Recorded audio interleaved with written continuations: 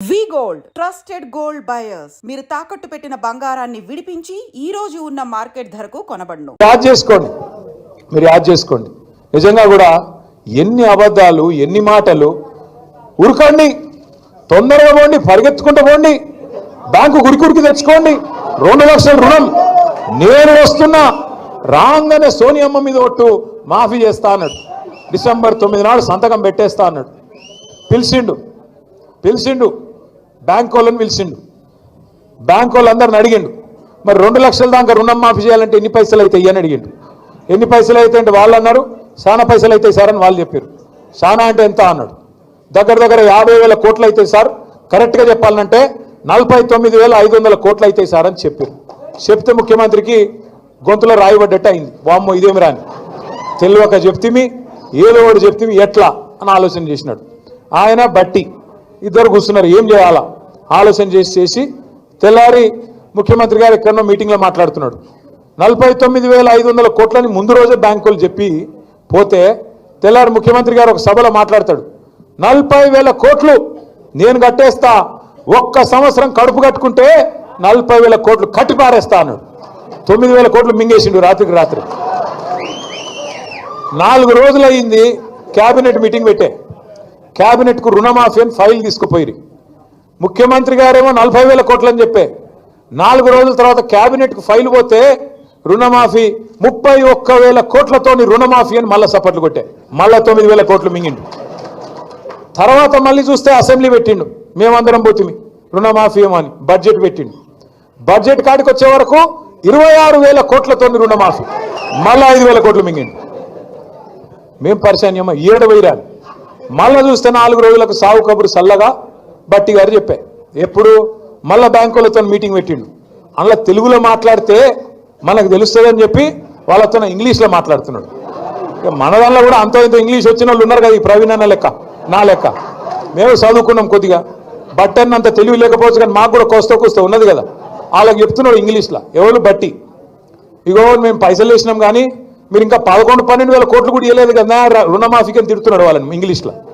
అంటే ఎక్కడ కథ ప్రారంభమైంది 49,500 కోట్ల కాడ ఇచ్చిందెంత 11-12,000 కోట్లు. చారాన కోడికి బారాన మసాలా అంటే విన్నరా? ఇదే ఎక్కడ 49,000 కోట్లు, ఎక్కడ 11,000 కోట్లు. ఇంకా సిగ్గు లేకుండా దానికి రుణమాఫీ చేసేసినాం, మేమేదో ఏకేసినాం పీకేసినాం అని చెప్పి ఊర్ల నిండా ఫ్లెక్సీల మొఖాలకి. నేనేమంటా అంటే నాకు నిజంగా కొంత బాధ అనిపిస్తూ ఉన్నది. ఈ మధ్యన ముఖ్యమంత్రి గారు మాటలు వింటుంటే ఆయన మానసిక స్థితి మీద కూడా నాకు అనుమానం ఉన్నది. నేను ఊరికినా అంటలేను, మీరు చూడండి. ఆయన తాపకొతీరుగా మాట్లాడతాడు, ఇటు తిరిగి తొకలెక్క మాట్లాడతారు, ఇటు తిరిగి తొకలెక్క మాట్లాడతారు. ఆయన అపరిచితుడు సినిమా చూసిరా మీరు? అపరిచితుడు చూసిరా? అందులో ఒకటే మనుషులు ఇద్దరు ఉంటారు, ఒకడు రాము ఒకడు రెమో. వాడే ఇదంటాడు, వాడే అదంటాడు. ఎవడేందో మనకు అర్థం కాదు. వానికన్నా కనీసం జుట్టు ఉంటుండే, వీనికి అది కూడా లేదు. వీడు ఎప్పుడేం మాట్లాడతారో తెలియదు. ఒక్క మాట మీరు ఆలోచన చేయండి. బయట ఏం చెప్తాడు రేవంత్ రెడ్డి? నన్ను ఎవరు నమ్ముతలేడు మార్కెట్లో, నేను ఢిల్లీకి పోతే అపాయింట్మెంట్లు ఇస్తలేరు, చెప్పులు ఎత్తుకపోతున్నామో అని అపాయింట్మెంట్లు ఇస్తలేరు. ఇది ఆయననే చెప్తాడు. మళ్ళీ అసెంబ్లీకి వస్తాడు, నేను 158,000 కోట్లు అప్పు చేసిన అని ఆయనే చెప్తాడు. మరి ఎవడు నిజమో? బయట అప్పు ఉడతలేడన్నోడు నిజమా, లేకపోతే సంవత్సరం లోపలే 158,000 కోట్లు అప్పు చేసినానో నిజమా? చెప్పడు మనకు. అట్లే ఒక దిక్కేమో రాష్ట్రం దివాలా తీసింది అంటాడు రేవంత్ రెడ్డి, మళ్ళీ దిక్కు చూస్తేనేమో ఏడబడతాడు హోర్డింగ్లు తెలంగాణ రైజింగ్. తెలంగాణ రైజింగ్ అయితే మరి దివాలా ఎక్కడ తీసింది? ఇది దీనికి సమాధానం చెప్పాడు. ఒకటి కాదు ఎన్నున్నాయంటే అంటాడు, ఏదో కాకతీయ తోరణం అది రాజుల చిహ్నం, రాచరిక పోకడ తీసిపారేయండి అన్నాడు. చార్మినారు రాజుల పోకడ తీసిపారేయండి అన్నాడు. మళ్ళీ చూస్తేనేమో సుందరాంగులు వస్తే అదే చార్మినార్ కాడికి తీసుకుపోయి ఫోటోలు తీస్తాడు. కేసీఆర్ ఆనవాళ్ళు లేకుండా చేస్తా అంటాడు ఒక దిక్కేమో. ఇంకో దిక్కు ఏం చేస్తాడు? యాదగిరిగుట్ట తీసుకుపోతాడు, సెక్రటేరియట్ తీసుకుపోతాడు, కేసీఆర్ కట్టిన కమాండ్ కంట్రోల్ సెంటర్ కాడికి తీసుకుపోతాడు.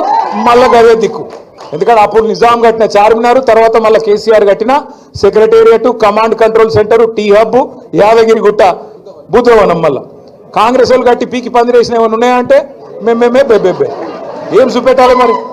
అది బాధ రేవంత్ రెడ్డి గారిది. కానీ నాకు తెలియక అడుగుతా, ఇప్పుడు మీరు అందరు ఇక్కడ ఉన్నారు, ఇలా అప్పు లేనోడు ఎవడన్నా ఉన్నాడా అన్న? లేనోళ్ళు శైలి అవటరు భయ ఎవరన్నా? అప్పు లేనోడు నీకు అప్పు లేదా?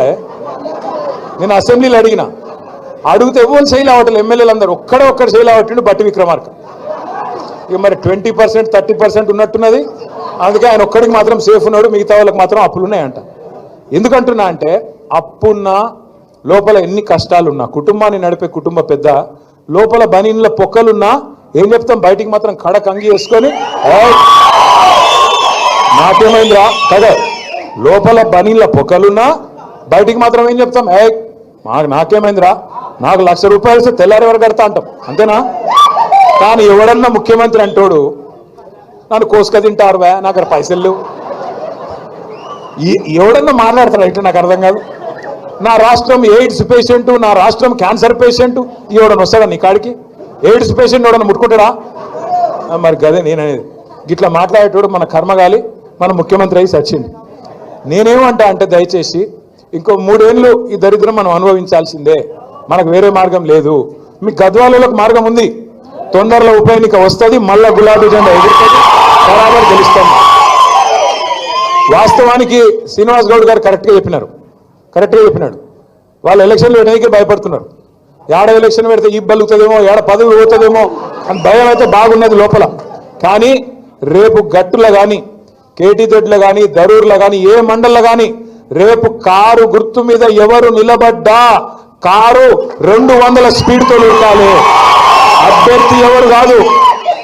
అభ్యర్థి ఎవరన్నది కాదు, ఖచ్చితంగా కారు అంటే కేసీఆర్ మళ్ళా రావాలంటే గట్టిగా గుద్దాల్సిందే, గట్టిగా జిల్లా పరిషత్లో కూడా గద్వాల మీద మన జెండా ఎగరాల్సిందే.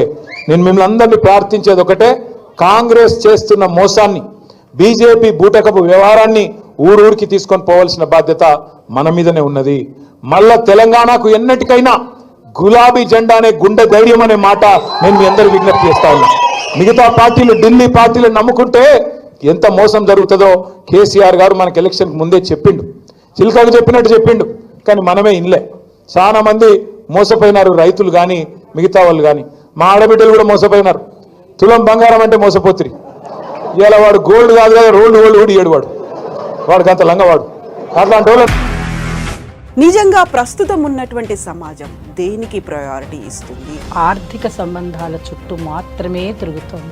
మళ్ళీ ఎన్నికలంగానే చాలా విరక్తి కలుగుతున్నాం. మంచి అనిపిస్తుంది కదా, లేడీస్ కూడా ఛాలెంజింగ్ జాబ్స్ చేసినప్పుడు చాలా బాగుంటది. ట్రాఫిక్ అసిస్టెంట్స్ గా నియమించిన ట్రాన్స్జెండర్స్ అందరితో సాల్యూట్ చేయించుకుంటున్నారు. ఫుడ్ డెలివరీ ఇవ్వటానికి వెళ్ళినటువంటి డెలివరీ బాయ్ అనిల్ పై కళ్ళ ముందు